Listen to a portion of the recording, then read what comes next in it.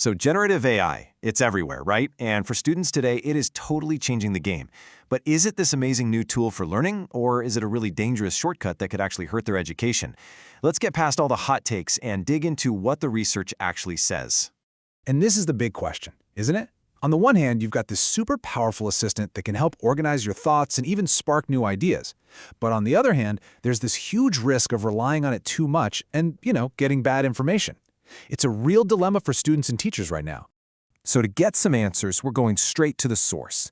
This recent chapter from a publication backed by UNESCO looks at how undergraduate students are actually using these AI tools for their research projects. We're going to break down what they found. Okay, first things first. Let's set the scene a little bit.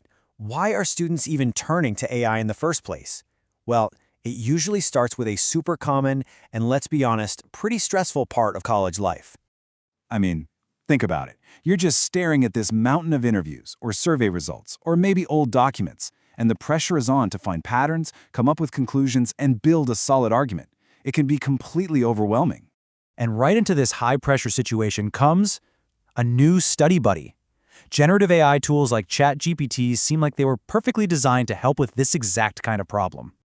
So, the folks who did this study, they didn't just guess what was going on.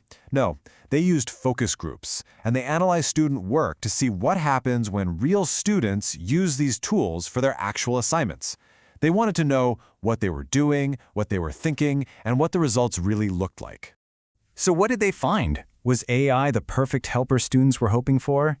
Well, the answer, it turns out, is way more complicated, and honestly, a lot more interesting than a simple yes or no.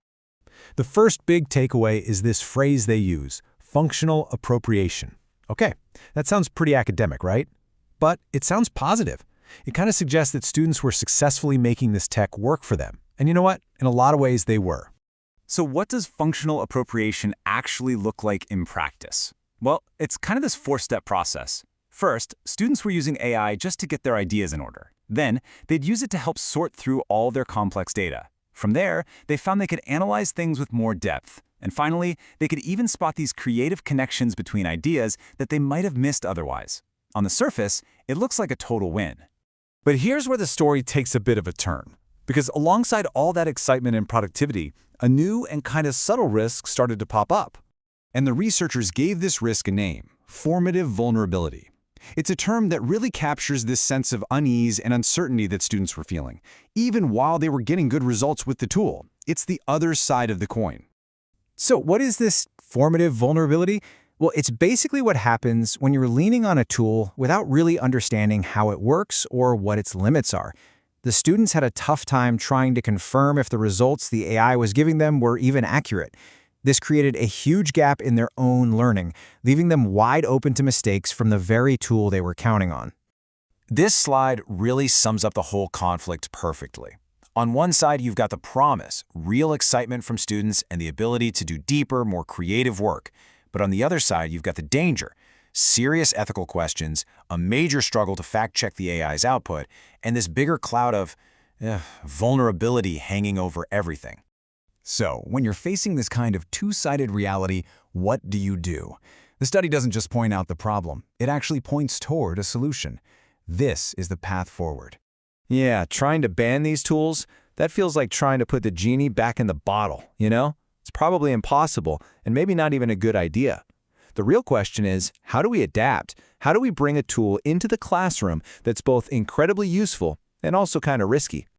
The study lays out a pretty clear roadmap. First, faculty need new guidance and training. Next, we need to design new teaching strategies that actually incorporate AI.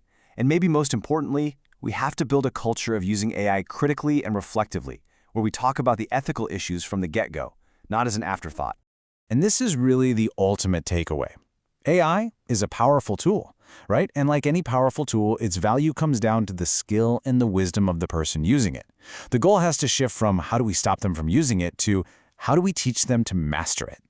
And that leaves us with this final, massive question for the future of education. This technology is only going to get smarter and more powerful. So the challenge, and really the opportunity, is to make sure our teaching strategies evolve right along with it. We need to be building students who don't just use AI, but who can think critically right alongside it.